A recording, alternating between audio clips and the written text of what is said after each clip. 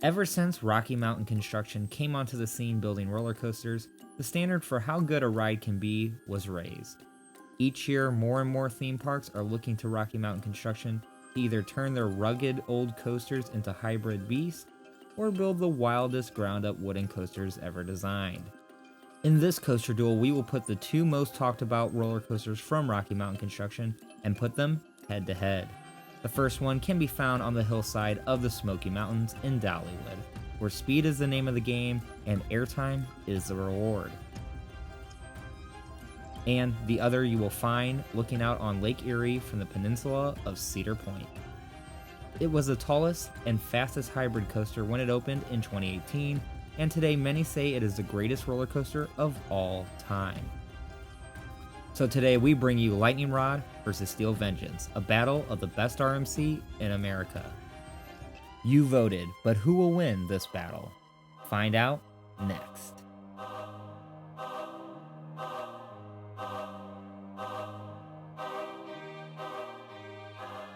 Hey everyone, this is Cullah Hale from Destination Thrills, and today we have an epic coaster battle for you. We have two amazing RMC coasters, what some consider to be the two best roller coasters in the world right now.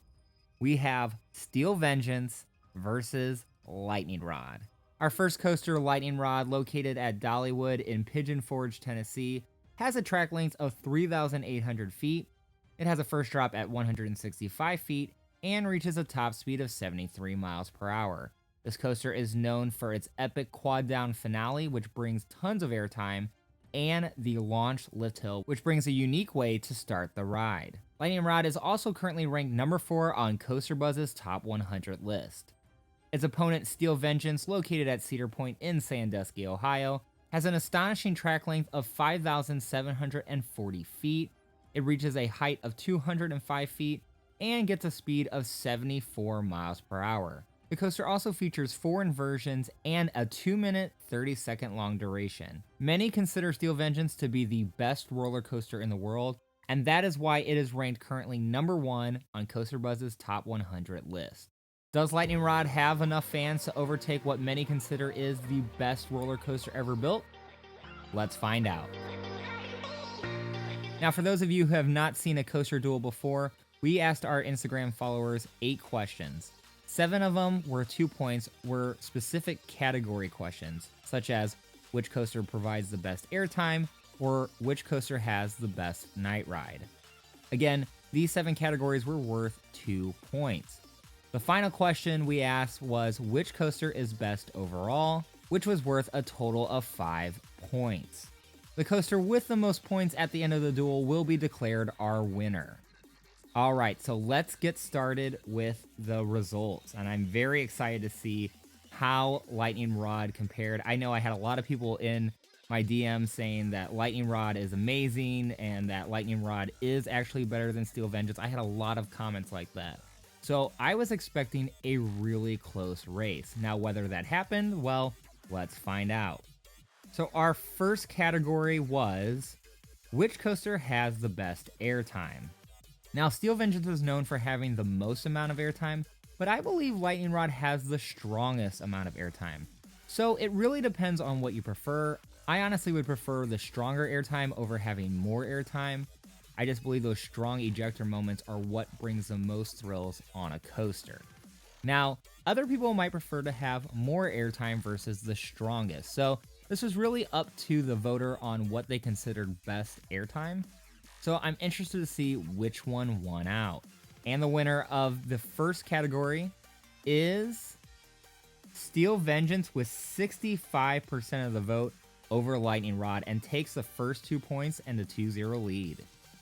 Alright, moving on to our next category, which coaster has the best first drop?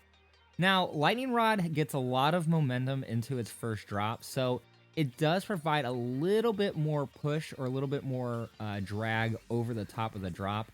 But honestly, the first drop on Steel Vengeance at 90-degree angle, 200 feet in the air, is pretty epic. So I think the voters are going to choose to go with Steel Vengeance on this one, but let's see what won. And the winner of the second category is Steel Vengeance again with 65% of the vote. So about 2/3 of people believe that Steel Vengeance has the best first drop and the best airtime. That is going to be pretty important to note as we go into the rest of the battle, as I believe these are factors that people will play into voting which coaster is better overall. So Steel Vengeance out to a 4-0 lead. I honestly was expecting it to be a little bit tighter by this point, but let's continue on and see if Lightning Rod makes a comeback. Our next category is which coaster is the most intense. This one is a tough one for me because Lightning Rod has several very intense moments, but Steel Vengeance has a complete longer layout that is full of intensity as well. So this one's a toss-up for me. I would personally go with Lightning Rod being the most intense, but let's see what the voters chose. And the winner of this category is Steel Vengeance with just 53% of the vote. This is one of the tightest races we've had so far. And the vote totals on this one, 83 votes for Steel Vengeance, 75 for Lightning Rod. So that just tells you how tight this race was. Okay, so Lightning Rod's in trouble here as Steel Vengeance has a 6-0 lead. Wow. Okay, our next category is which coaster has the best layout. Now, Lightning Rod has a good mix of elements, especially with that quad down finale, but I have to give it to Steel Vengeance on this one as well. It just has a longer layout and it has so much variety. You have tons of airtime hills, but you also have 4 really unique inversions as well. And there's just so much to this. You'll have that outward banked airtime hill as well. So I think Steel Vengeance has the best layout. Let's see if you agree. And yes, Steel Vengeance with a convincing win, 72% over Lightning Rod, and now has an 8-0 lead. Now in this battle, there's only a possibility of 19 points. So if Steel Vengeance wins this next category, Steel Vengeance wins the battle. So 8-0, this could be a shutout from Steel Vengeance. Let's continue on here, and let's look at which coaster has the best night ride. This is one I think Lightning Rod should definitely win. Lightning Rod just goes out into the woods, and there's so much terrain that it uses that a night ride is something special. It's completely pitch black, and you're just flying through the trees, just out of control. It's absolute insanity. I loved Lightning Rod at night. I think there's a big difference between Lightning Rod during the day and Lightning Rod during the night. Whereas Steel Vengeance, it's kind of, I hate saying this, but it's kind of the same ride, night versus day. So I believe Lightning Rod has the better night ride, but let's see what the voters chose. And Lightning Rod edges out Steel Vengeance with 53% of the vote. This is, honestly, I think this is a little bit of a concerning sign for Lightning Rod, as I thought they would convincingly win this category, but they barely edge out Steel Vengeance with 53% of the vote. So Lightning Rod is on the board, but this coaster has a long way to go, as it is now 8-2, Steel Vengeance with the lead. Okay, let's look at which coaster is the most comfortable. Steel Vengeance and Lightning Rod, they're pretty similar when it comes to comfort, but as far as the trains are concerned, they're similar in comfort.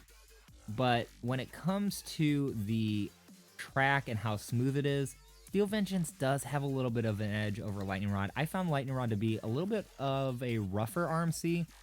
Certainly not a super rough coaster. There are definitely wooden coasters out there that are much worse, but Lightning Rod wasn't the smoothest RMC I've been on. Steel Vengeance is pretty smooth. I mean, it was just built in 2018, so it does have a lot of its smoothness to it as well. There's no rattle or anything like that. So, in my opinion, I think Steel Vengeance wins the duel based on this category. And let's see if you agree.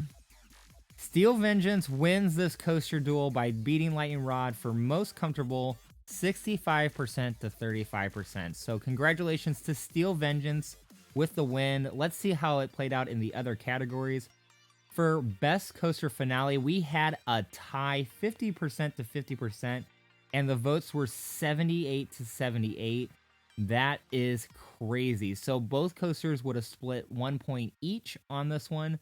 So Lightning Rod has 3 and Steel Vengeance 11. And then the best overall category, Steel Vengeance easily won this, 73% to 27%. So congratulations to you Cedar Point fanboys out there. Steel Vengeance did win this coaster duel over Lightning Rod with a whopping score of 16 to 3. So thank you for watching this coaster duel. Our next duel will actually be a tournament. So we're going to try something new for our next video. We are going to do a full tournament, and instead of asking for different categories on one specific coaster matchup, we are going to have several different coaster matchups with just one question: which is better overall?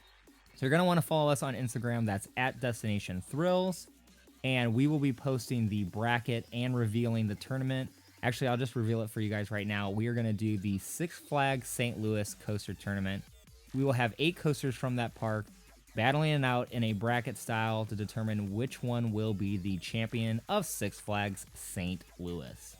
So again, thank you for watching this video. If you like it, give it a like and subscribe to Destination Thrills for more coaster duels and tournaments and theme park content. I'm Cullah Hale. Have a good one.